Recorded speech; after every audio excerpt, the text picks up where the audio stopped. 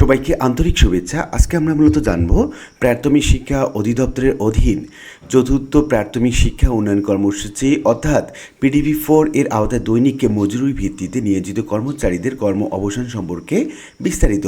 আসলে কি এই চিঠি মোতাবেক তাদের চাকরি শেষ হতে যাচ্ছে বা তাদের চাকরি কি একদম শেষ, এই সংক্রান্ত বিস্তারিত তথ্য জানাবো আজকে ভিডিওতে। আমরা প্রথমে আগে প্রাথমিক শিক্ষা অধিদপ্তরের এই চিঠিটি পড়ে নিচ্ছি। এখানে মূলত কি বলা হচ্ছে? চিঠিতে বলা হচ্ছে, উপযুক্ত বিষয় মোতাবেক জানানো যাচ্ছে যে 30 জুন 2026 তারিখে চতুর্থ প্রাথমিক শিক্ষা উন্নয়ন কর্মসূচি বা PDP-4 এর আওতায় যে কার্যক্রম সেটা সমাপ্ত হবে। উক্ত কর্মসূচির আওতায় প্রাথমিক শিক্ষা অধিদপ্তর, বিভাগীয় প্রাথমিক শিক্ষা অফিস, জেলা প্রাথমিক শিক্ষা অফিস, উপজেলা বা থানা প্রাথমিক শিক্ষা office, primary teachers training institute বা PTI, উপজেলা প্রাইমারি এডুকেশন ট্রেনিং সেন্টার এবং leadership training centre Cox's Bazar LTC এর দৈনিক মজুরি ভিত্তিতে অফিস সহায়ক, ডাটা এন্ট্রি অপারেটর, ড্রাইভার, পরিচ্ছন্নতা কর্মী, মালি, নৈশ প্রহরী পদে কর্মচারী নিয়োজিত আছে।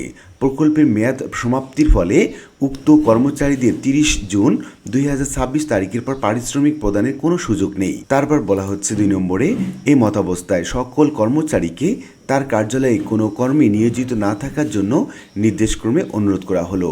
এবং এই চিঠিটি মূলত জারি করেছেন মোহাম্মদ সাজ্জাদ হোসেন, সহকারী পরিচালক, সাধারণ শাখা থেকে। তো এই চিঠি থেকে আমরা এটুকু স্পষ্টভাবে ক্লিয়ার হচ্ছি যে PDP-4 এর আওতায় যে সকল দৈনিক মজুরি ভিত্তিক কর্মচারী আছেন, এবং আপনাদেরকে আমি বিভিন্ন রকম ইনস্টিটিউটগুলোর নাম বললাম, যেমনটা প্রাথমিক শিক্ষা অধিদপ্তরের অধীন বিভাগীয় প্রাথমিক শিক্ষা অফিস, জেলা প্রাথমিক শিক্ষা অফিস, উপজেলা বা থানা শিক্ষা অফিস, প্রাইমারি টিচার্স ট্রেনিং, উপজেলা primary education training centre, leadership training centre Cox's Bazar. তো এই অফিসগুলোতে যারা মূলত দৈনিক হাজিরা ভিত্তিতে বা মজুরি ভিত্তিতে নিয়োজিত আছেন, তাদের চাকরি একরকম কর্মের অবসান হলো, এবং পরবর্তীতে কি ধরনের পদক্ষেপ নেয় সরকার সেটাই এখন দেখার বিষয়। আশা করি বিষয়টি বুঝতে পেরেছেন। আর আজকে ভিডিওটি এ পর্যন্ত। ভিডিওটি ভালো লাগলে লাইক কমেন্ট করতে ভুলবেন না। এরকম নিত্য নতুন ভিডিওর আপডেট পেতে অবশ্যই চ্যানেলটি সাবস্ক্রাইব করে রাখুন। ভালো থাকবেন, ধন্যবাদ।